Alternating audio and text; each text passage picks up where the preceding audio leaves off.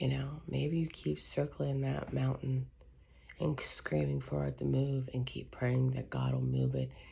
But God won't move it because he's waiting on for you to submit.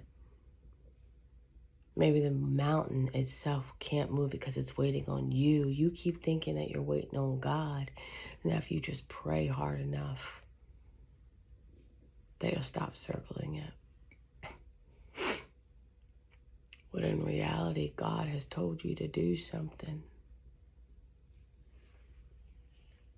When in reality, you're circling it till you learn. We as a people make things very difficult.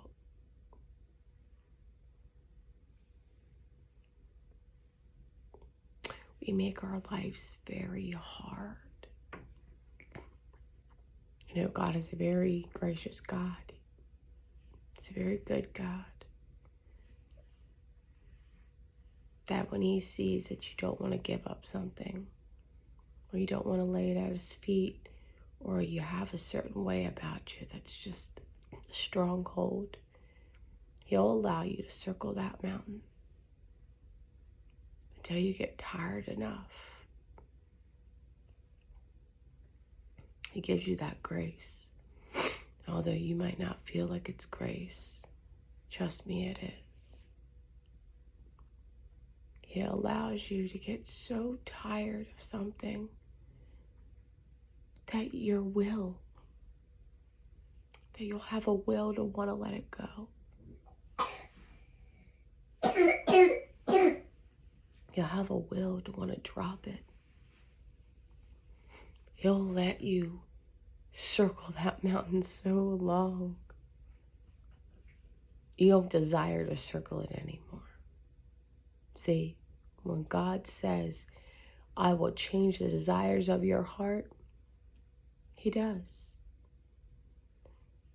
And sometimes, God can get in there and change it right away. God's God. He can do whatever he wants. However, God is a God of character building.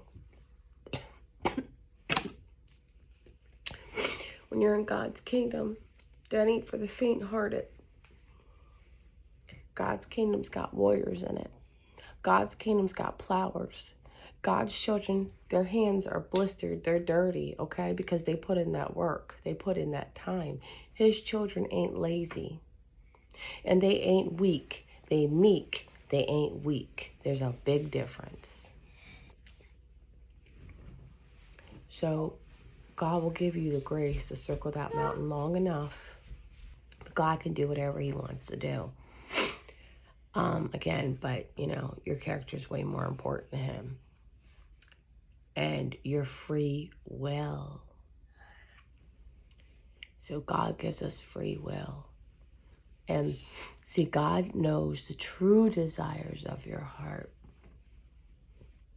Where he goes, if I just let them circle that mountain long enough, it'll give them healing. I know that sounds crazy. You're telling me staying in this situation, you're not pulling me up out of this, Lord. Me sitting here, yeah. Absolutely, because what you think that you want, you didn't. That's not actually what you really wanted. What you wanted was something else. What you wanted had an underline of unhealedness that led you to believe that circling that mountain's what you wanted. But it wasn't. And see, when you circled it long enough, and once you got tired, once you broke down, it was like, I can't go another moment circling this mountain, God. And you break down and you get on that moment of such deep submission and an alignment with the Lord, he will reveal things to you, why you were even circling that mountain, why you even wanted to, why it took so long. Because God wants a healed child. He really does. He wants what's best for us. And sometimes that means letting us fall really hard. That means us being crushed to the point of sometimes we're pulverized. It's just what it means. But God don't waste nothing. And whatever gets in a crushing, whatever is pulverized, guess what? God can bring to life in a second. God can restore time, restore energy, restore your youth, or your mind, your heart, your body, your children, your life, your finances, your home. You name it, God can do it. He can restore your faith, your hope. God is such a good God. You know, the more I know how good God is. God's been so good to me in my life. But the more and more and more that I surrender myself to Him, the more goodness that I find in Him.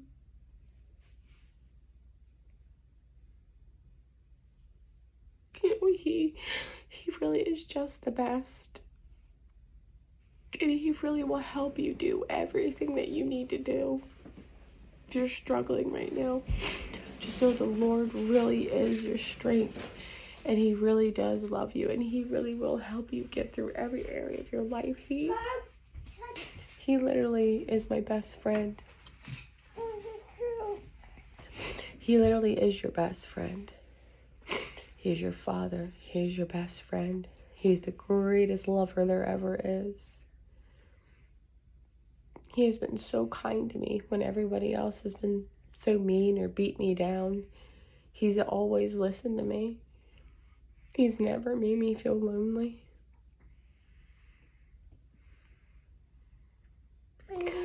He's taught me to love myself even when I couldn't. I know you might be like, getting out this mountain means I gotta look like you. I don't know if I want to. Yeah, I'll be up and down for the Lord. I don't care. He makes me very emotional. I get very passionate about Him. I've been through battles. I've been through battles. So I'll look crazy for the Lord. I don't care. I'll look emotionally unstable to jump up from joy and fall to your knees and cry and smile and laugh all probably in the same moment. And that's okay to do. And get comfortable with doing that. It's okay to do that. And it is. Because what God is doing in you, it's something major. It's big. It'll make you feel that way.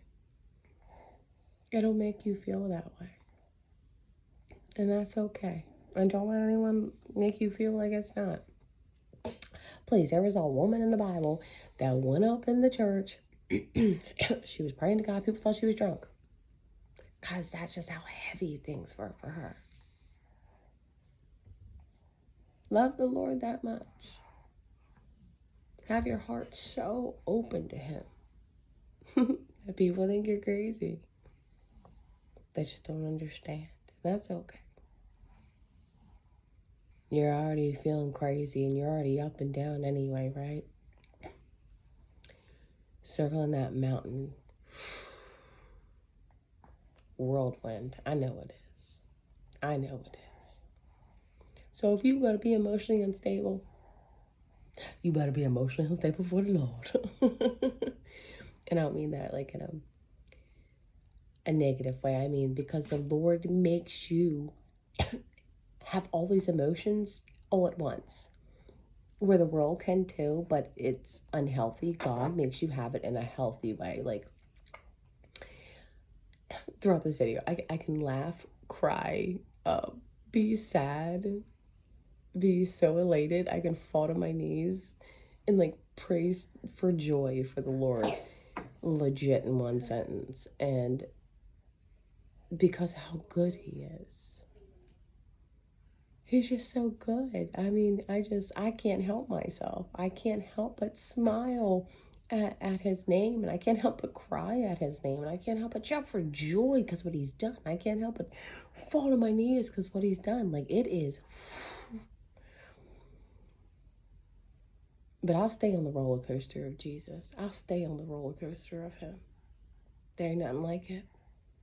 There ain't nothing like it. And I hope you have a good day. And I'm excited for you to be on the roller coaster of the Lord too. Because you're about to experience the goodness of God. And that is something to be excited about.